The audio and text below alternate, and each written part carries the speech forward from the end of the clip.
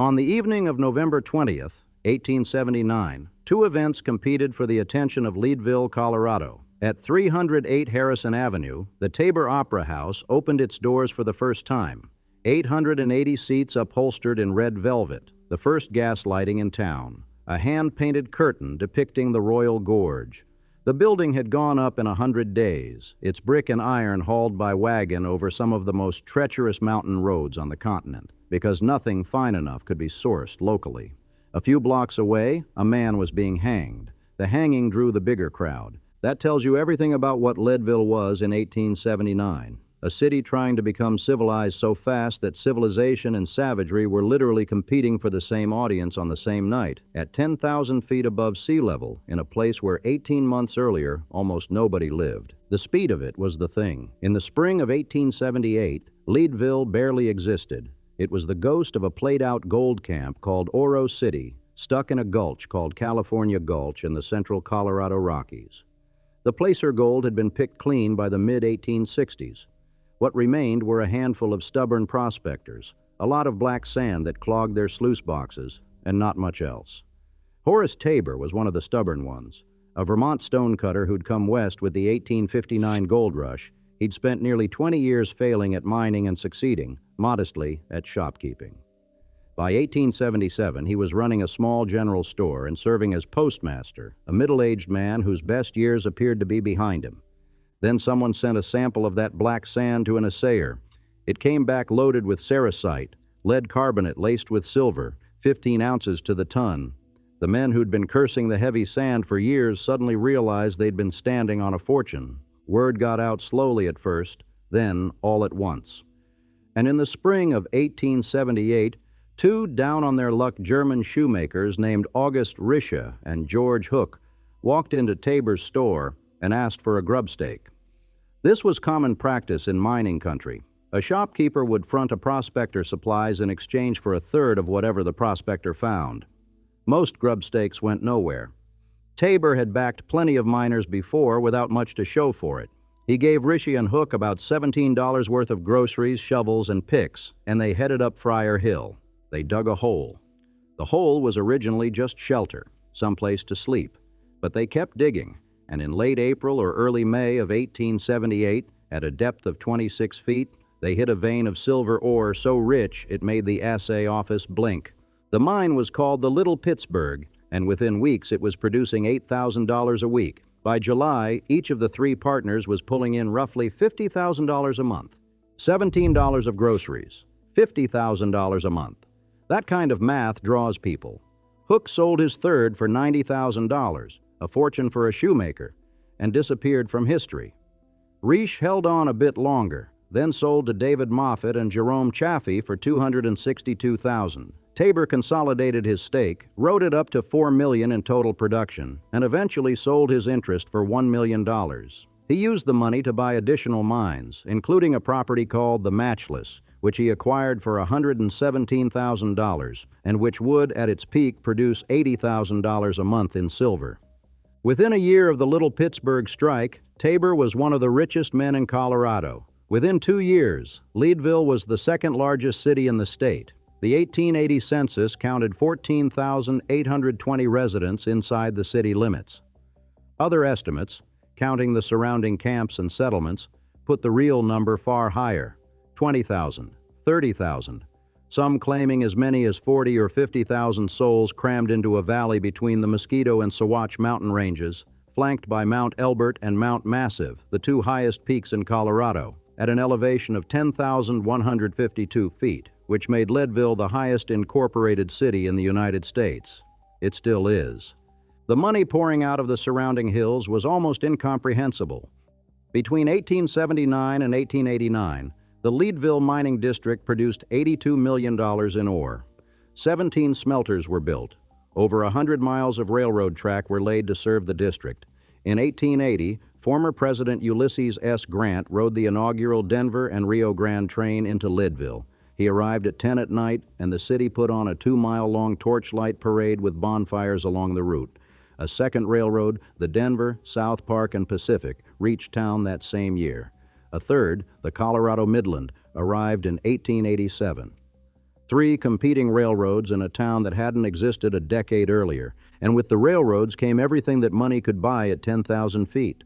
Hotels, theaters, restaurants, banks, newspapers, 5 newspapers, serving a population that included, according to one often quoted passage, over 120 lawyers, while almost half that number of doctors attempted to correct medically the effects of alcohol, altitude, cold, and 120 lawyers. More than 60 saloons lined State Street, a stretch so rough that Leadville became shorthand in the national press for the wild, violent, anarchic frontier. Doc Holliday lived there briefly. Wyatt Earp passed through. Soapy Smith ran cons on the street corners. At the same time, respectable families were building Victorian houses on the side streets, churches were going up, 9 of them, and social clubs multiplied like claims on Friar Hill. Leadville was trying to be Denver and Deadwood at the same time, and for a few years it very nearly pulled it off. Harrison Avenue itself was the proof of what Leadville believed about its own future. By the early 1880s, it was lined with 3-story brick commercial buildings, arched windows, iron cornices, pressed tin facades, designed by architects like George King, who'd come from the East and stamped the streetscape with a permanence that said, "This is not a camp." An early theater, Wood's Opera House, had opened in 1878 with 1,000 seats, before Tabor's version made it obsolete. The Clarendon Hotel, which opened in April 1879, was the city's first grand lodging house, a place where mining investors and railroad executives could sleep in something resembling civilization.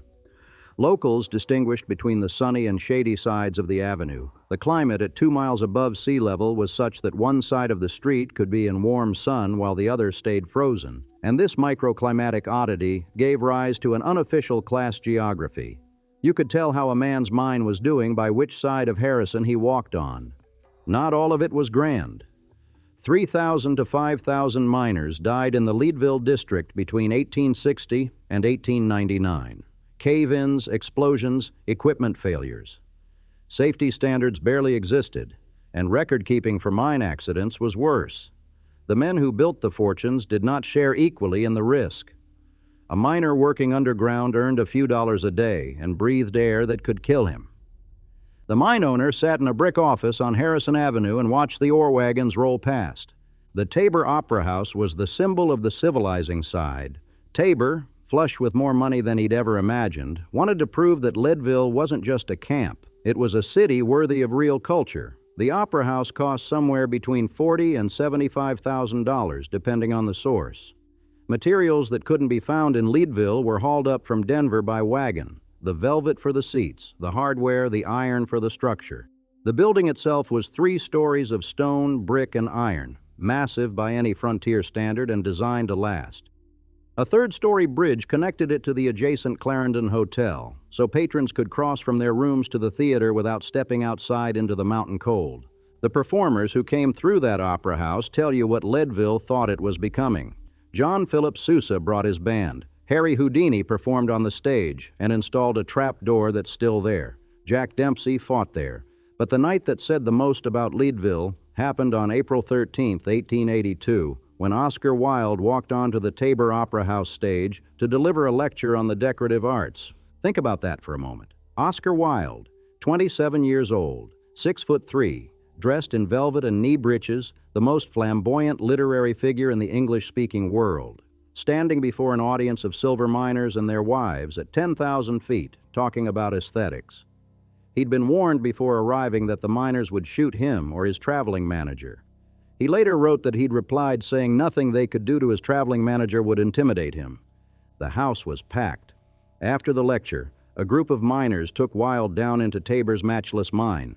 He descended in what he later described as a rickety bucket in which it was impossible to be graceful. At the bottom, they threw him a banquet. The first course was whiskey, Wilde recalled. The second course was whiskey, and the third course was whiskey. By all accounts, he drank the miners under the table. Afterward, Wilde walked across the street to a saloon and spotted a notice posted above the piano. "Please do not shoot the pianist. He is doing his best." It became one of the most quoted lines in frontier history. Wilde called Leadville the richest city in the world. He may not have been exaggerating by much, But here is the thing about Leadville's extraordinary wealth that most people didn't think about at the time and that some people still don't fully appreciate. The silver coming out of those mines was valuable, yes. The ore was genuinely rich. But the price of that silver, the price that made the matchless mine worth $80,000 a month and the little Pittsburgh worth millions, was not set purely by the market. It was, to a significant degree, set by the United States Congress. In 1878, the same year Tabor grub-staked Richey and Hook, Congress passed the Bland-Allison Act, which required the federal government to purchase between $2 and $4 million worth of silver every month and coin it into silver dollars. This was a political compromise. Western mining states wanted silver to be treated as equal to gold, while Eastern financial interests wanted a pure gold standard. But its practical effect was to put a floor under the price of silver. The government was buying. Mines that might have been marginal suddenly became profitable. Claims that might not have been worth filing suddenly glittered. The Bland-Allison Act was itself a reaction to an earlier law, the Coinage Act of 1873, which had quietly demonetized silver, ending the right of silver holders to have their metal struck into legal tender dollars. That law, signed with little fanfare by President Grant, was later condemned across the West as the crime of '73. Whether it was a conspiracy or merely a policy adjustment depends on whom you ask. What mattered in practical terms was that silver's value as money had been stripped away, and the Bland-Allison Act was the first attempt to give some of it back. Then, in 1890, Congress went further. The Sherman Silver Purchase Act required the Treasury to purchase 4.5 million ounces of silver every month, nearly the entire output of American silver mines. The price briefly spiked, and across Colorado, in Leadville and Aspen and the San Juan towns, people dug deeper, built bigger, and assumed the good times would last. This is the thing that needs to be understood about Leadville at its peak. Every grand hotel, every brick storefront on Harrison Avenue, every ton of ore shipped by rail, every dollar in every miner's pocket depended, ultimately, on a political decision in Washington. Not on the quality of the ore alone, not on the skill of the miners alone, on a law, and laws can be repealed. The men making fortunes in Leadville in the 1880s didn't dwell on this. They were too busy getting rich and spending it. Nobody spent it like Horace Tabor. Having built his opera house in Leadville, he turned to Denver. In 1880, he purchased land at 16th and Curtis Streets and hired the Edbrook brothers, prominent Chicago architects, to build the Tabor Grand Opera House. Construction estimates ran between $750,000 and $850,000. The building opened on September 5, 1881, with Emma Abbott's Grand English Opera Company, and was immediately hailed as the finest theater in the American West. Tabor imported cherry wood from Japan and mahogany from Honduras for the interior. By then, Tabor was Lieutenant Governor of Colorado and well on his way to becoming a national figure, though not entirely for the reasons he would have preferred. He had fallen for a young divorcee named Elizabeth McCourt, known as Baby Doe, and the affair became the most talked-about scandal in the state. He divorced his wife, Augusta, who had stood by him through 20 years of poverty. On March 1, 1883, Tabor married Baby Doe in a lavish ceremony at the Willard Hotel in Washington, D.C. He was at that point serving a 30-day interim appointment as a United States Senator, just long enough to throw a wedding. President Chester Arthur attended. Baby Doe's dress cost $7,000. Tabor reportedly gave her a diamond necklace worth $75,000, though the exact figure was disputed even at the time. The wives of his fellow senators refused to come. Augusta, meanwhile, took her divorce settlement, which included substantial Denver real estate, and invested it wisely and quietly. By the time she died in 1895, she left her son an estate worth over $500,000. She understood something about money that her former husband never did. It has to be held, not merely spent. Tabor wasn't the only one building a fortune in Leadville. In 1879 or 1880, a Swiss immigrant named Meyer Guggenheim, then living in Philadelphia and making a modest living importing lace and spices, heard about the silver strikes through two business associates. They told him about an unproven mine called the AY in California Gulch. Guggenheim bought a half interest for $5,000, sight unseen. When he visited Leadville the following year and found the mine still unproductive and flooded, he bought the adjacent mini-claims, too. He spent an additional $20,000 on pumps to drain the water. Then his miners blasted into massive veins, 1,200 pounds of lead and 18 troy ounces of silver per ton. The AY and Minnie began turning a clear profit of $2,000 per day and continued doing so for the next decade. Guggenheim, who had arrived in America 30 years earlier as a penniless teenager, used the Leadville profits to build a smelting empire. He put up a 6-stack smelter in Pueblo, Colorado. His 7 sons expanded into Mexico and beyond. By the end of World War I, the Guggenheim family controlled roughly 75% of the world's supply of copper, silver, and lead. Solomon Guggenheim would later establish the museum that bears the family name in New York City. Benjamin Guggenheim would die on the Titanic, all of it traced back to a $5,000 gamble on a flooded hole in the ground outside Leadville. In 1886, 3 brothers from Delaware, William, George, and John Calloway, erected a hotel on Harrison Avenue. They hired an architect named George King, who designed the Delaware Hotel in the French mansard style. 3 stories, arched windows, iron cornices, 50 rooms with steam heating, hot and cold water, gas lighting, and 6 bathrooms. It cost between $60,000 and $80,000, depending on the source.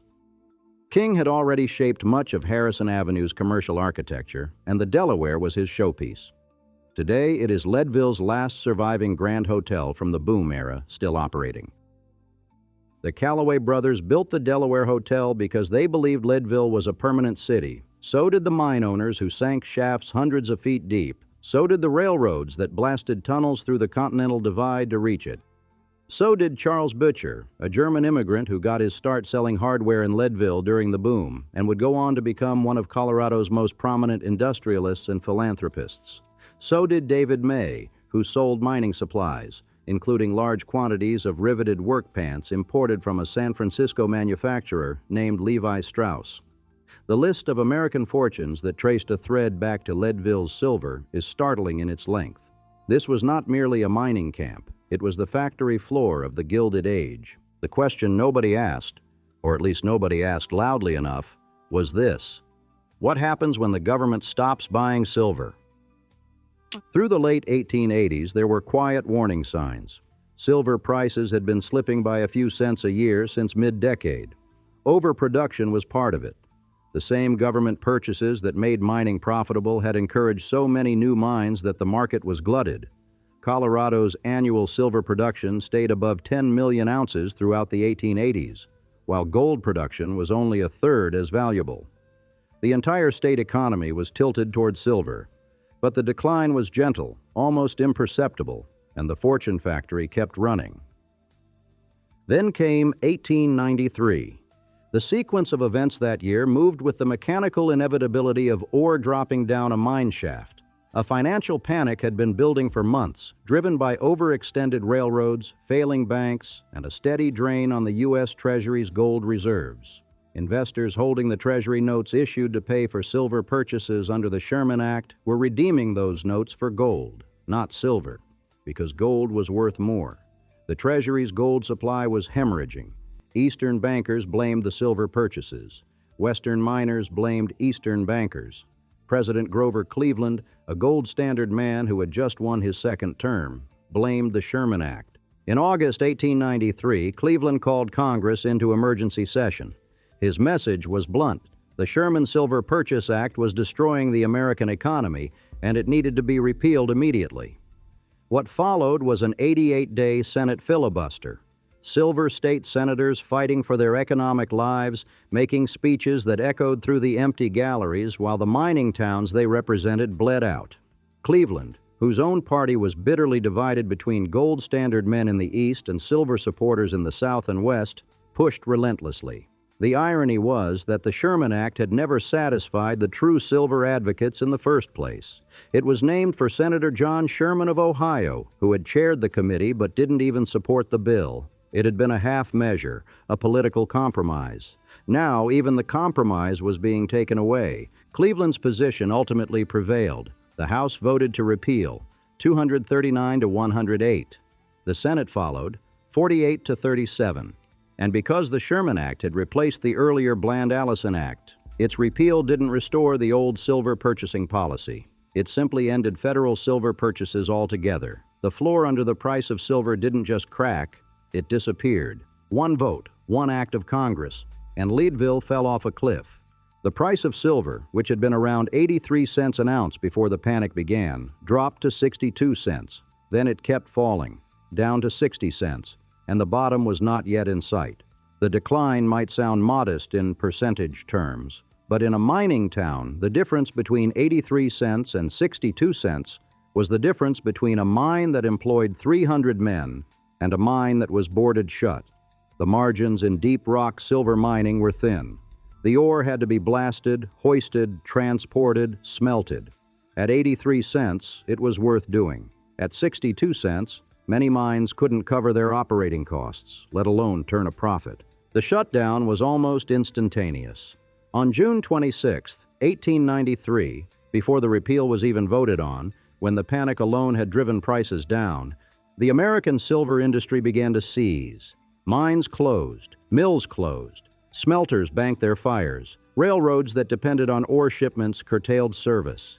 By July, virtually the entire silver industry had come to a halt. Across the Leadville district, 90 mines closed. 2,500 miners were out of work. Contemporary accounts put unemployment at 90%.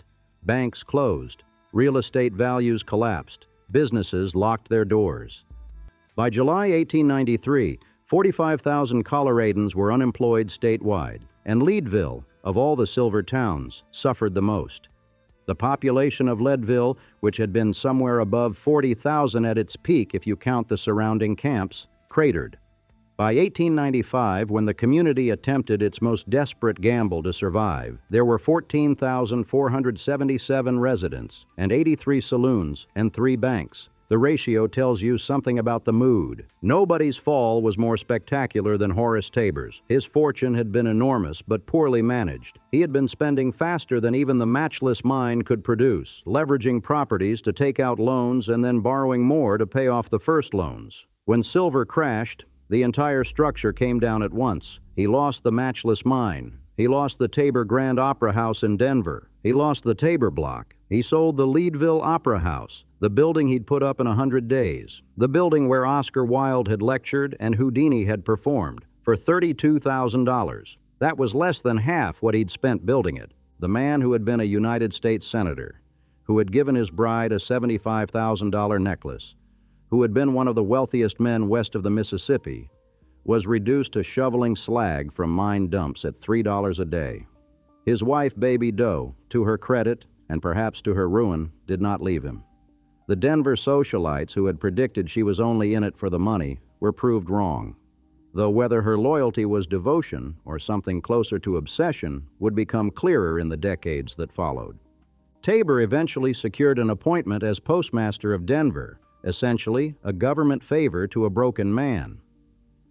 In April 1899, at the age of 68, he fell ill with appendicitis. The infection ruptured, and on April 10, 1899, Horace Tabor died in Denver, basically bankrupt. According to legend, and it is almost certainly legend later disputed by historians, his last words to Baby Doe were, "Hold on to the matchless. It will make millions again." His funeral drew more than 10,000 mourners. Whatever people thought of his judgment, they showed up. But before Tabor died, Leadville made one last, magnificent, doomed attempt to save itself.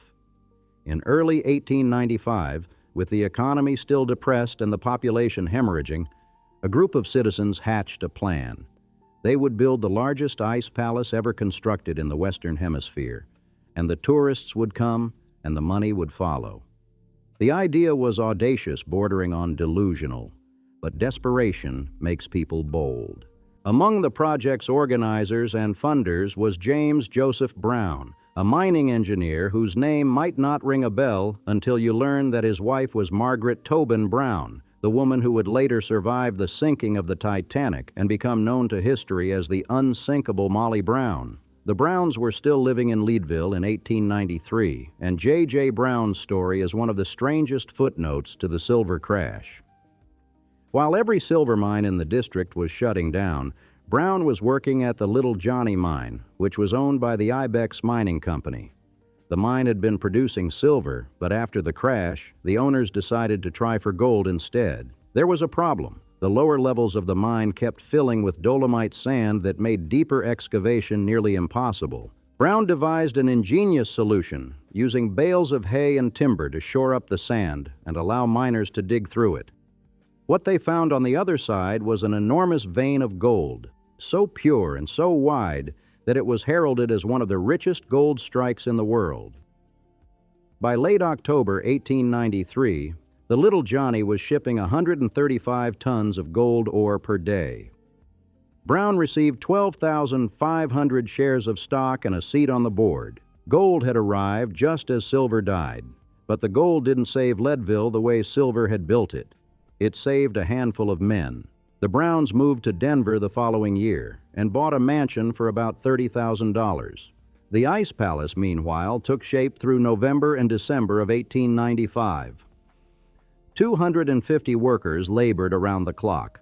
They used 5,000 tons of ice, much of it hauled by rail from Palmer Lake between Denver and Colorado Springs, then loaded onto horse-drawn sleds for the final leg to the construction site on Capitol Hill, above the city. The palace was designed in the style of a Norman castle, with towers reaching 90 feet, and it enclosed more than 58,000 square feet. Inside were a skating rink, a ballroom, a restaurant, gaming rooms, a theater, and a 2,000-foot toboggan slide. At the entrance stood a 19-foot sculpture carved from ice, depicting a woman holding a scroll inscribed in gold lettering with the figure $200 million, the total value of metals Leadville's mines had produced. She pointed east, toward the mines. The Ice Palace opened to the public on New Year's Day, 1896. 2,500 people streamed in. Adults paid 50 cents.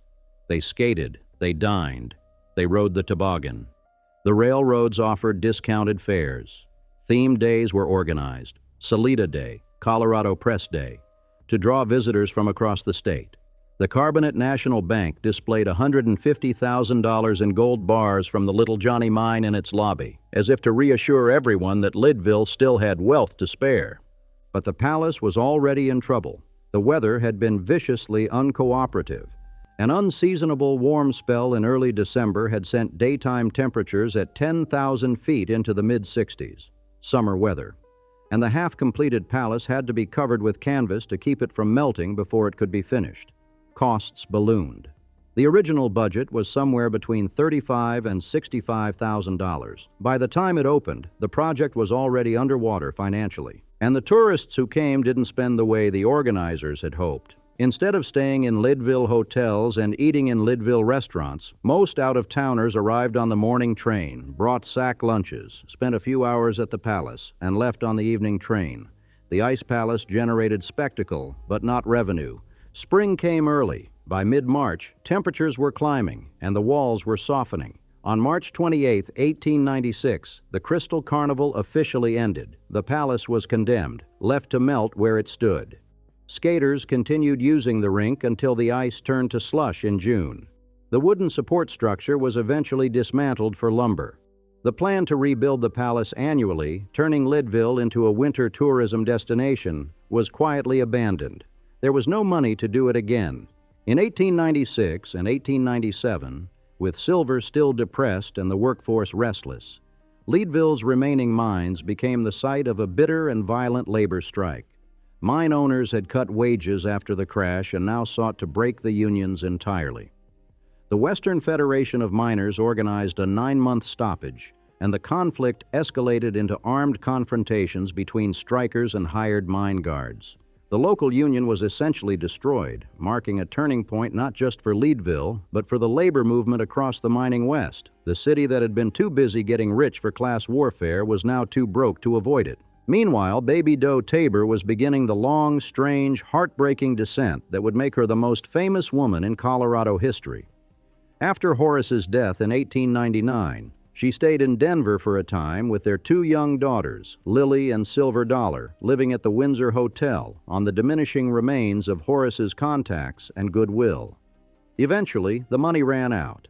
Baby Doe moved back to Leadville and into the superintendent's cabin at the Matchless Mine, a spare structure, 18 feet by 24 feet, perched on Friar Hill above the town that her husband had once owned. The mine itself had long since been lost to creditors. Baby Doe was essentially a squatter, living on the property only because its new owners couldn't be bothered to evict her. She stayed anyway. She stayed for more than 3 decades, through winters that brought snow in September and didn't let up until May, at an altitude where the air holds about 2/3 the oxygen it does at sea level. She wrapped her feet in burlap sacks tied with twine. She scribbled page after page of increasingly disjointed notes, religious visions, financial fantasies, paranoid suspicions about neighbors. Her older daughter Lily fled to Wisconsin as a teenager and refused to acknowledge the Tabor name. Her younger daughter Silver Dollar drifted to Chicago, failed at writing and performing, and died in 1925 under circumstances that were either suicide or a bizarre accident. Baby Doe held on. Whether she was holding on to the Matchless because Horace had told her to, or because she had nowhere else to go, or because the mine had become the only remaining proof that her life had once been magnificent, that is a question that has occupied Colorado historians for a century and has no clean answer. In the winter of 1935, after a snowstorm, some neighbors noticed that no smoke was coming from the chimney of Baby Doe's cabin. They went to investigate. They found her on the floor, dead of a heart attack, her body frozen solid. She was 81 years old. The city she died in bore almost no resemblance to the one her husband had built. Leadville's population, which had crested above 12,000 in 1900, fell to about 4,000 by 1930. The banks had closed. The Colorado Midland Railroad had stopped running. Harrison Avenue was still lined with its Victorian storefronts, but many of them were empty. The Clarendon Hotel, the grand building that had been connected to the Tabor Opera House by a third-floor bridge, was demolished in the 1930s. The Opera House itself survived, but passed through a series of owners, renamed the Weston Opera House, then the Elks Opera House, each paying less than the last. In 1955, it was sold for $20,000 to a local woman named Evelyn Furman, who kept it alive for decades through sheer stubbornness, occasionally opening it for tours and performances, and publishing 3 books on its history. "There is no one left to tell the stories but me," she told a reporter in 1981. Leadville did not become a ghost town. That is worth noting, because most silver towns did. Leadville survived because its geology was more diverse than silver alone. There was zinc, gold, lead, copper, manganese, and because of one particular mine 13 miles away. In 1918, the Climax mine opened on Fremont Pass to extract molybdenum, a metal used to harden steel. It grew slowly at first, then enormously. By the late 1920s, Climax accounted for 75% of global molybdenum production. By mid-century, it employed 3,000 workers, pumping a $1.2 million payroll into Leadville's economy every other Friday. Miners earned the equivalent of $80,000 a year in today's money. The town stabilized. New houses went up. For a generation, molybdenum did what silver once had, gave Leadville a reason to exist. Then, in the early 1980s, molybdenum prices crashed. Climax laid off nearly everyone. By the end of the decade, Lake County had lost half its population, leading the nation in demographic decline. Leadville had learned the same lesson twice. Build a town on one thing, and when that thing goes away, the town goes with it. In 1983, the same year Climax began its collapse, the EPA designated Leadville and its surrounding mining district as a Superfund site. A century of mining had left behind acidic water, lead residues, and uncapped tailings piles that were leaching heavy metals into the headwaters of the Arkansas River. The designation was technically necessary. A local rancher had reported orange water that sickened his livestock and stunted his hay crop, but it felt, to many Leadville residents, like the final insult. Their mining heritage was being officially classified as a hazard. Property values, already depressed, sank further. That same year, a Climax employee and Lake County commissioner named Ken Kluber helped stage a 100-mile foot race through the mountains around Leadville, partly to draw visitors, partly to prove that a town at 10,000 feet could still do something no other town could, The Leadville Trail 100 is still run every August. It was a more modest gamble than the Ice Palace, and it worked. Today, Leadville has a population of roughly 2,800. Harrison Avenue is still there. The Victorian storefronts, the shops, the restaurants that cater now to hikers and skiers and tourists drawn by the town's proximity to Mount Elbert, Mount Massive, and the other 14ers that ring the valley. The Delaware Hotel still operates, the last grand hotel from the boom era. Its rooms furnished with Victorian antiques. You can walk the same blocks that Oscar Wilde walked in 1882, when he called this the richest city in the world. And the Tabor Opera House still stands at 308 Harrison Avenue. In 2016, after decades of slow decay, the city of Leadville purchased the building and began what is planned as its first major restoration since 1879. During early renovation work in 2020, workers discovered a collection of hand-painted stage scenery from the theater's original years, forgotten in storage for over a century, the backdrops against which Wilde and Houdini and Sousa had performed. Some of the original red velvet seats are still installed. The trapdoor Houdini put in is still in the stage floor. A black leather rocking chair where Wilde supposedly rested before his lecture is still in the building. The Opera House was built in 100 days by a man who had made his fortune from a $17 grub stake. It outlasted the fortune, outlasted the man, outlasted the industry, outlasted the city as anyone in 1879 would have recognized it. It was sold for $32,000 when Silver died. It was sold for $20,000 when almost nobody cared anymore. And now it is being restored, not because Silver came back, but because the building itself became the thing worth saving, the last physical proof that this was once, briefly, impossibly, the richest silver city in America. The Guggenheims took their Leadville profits and left and built museums. The Browns took their Leadville gold and left and survived the Titanic. Augusta Tabor took her divorce settlement and left and invested wisely and died comfortable. The people who understood that Leadville was a place to make a fortune, not a place to keep one, did fine. Horace Tabor did not understand that. He believed the city he had built was permanent, that the opera houses, the mines, the railroads, the velvet seats and hand-painted curtains were the real thing and not a projection of a government purchasing policy.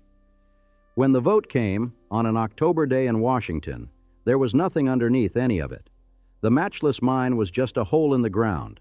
The Opera House was just a building with no audience. Baby Doe understood it least of all. She spent 36 years in a cabin on Friar Hill, waiting for Silver to come back. The mine had been sold out from under her. The ore was exhausted. The price never recovered. She waited anyway, wrapping her feet in burlap, scrawling visions in her notebooks. And every winter the snow came, and every spring it melted, and nothing changed.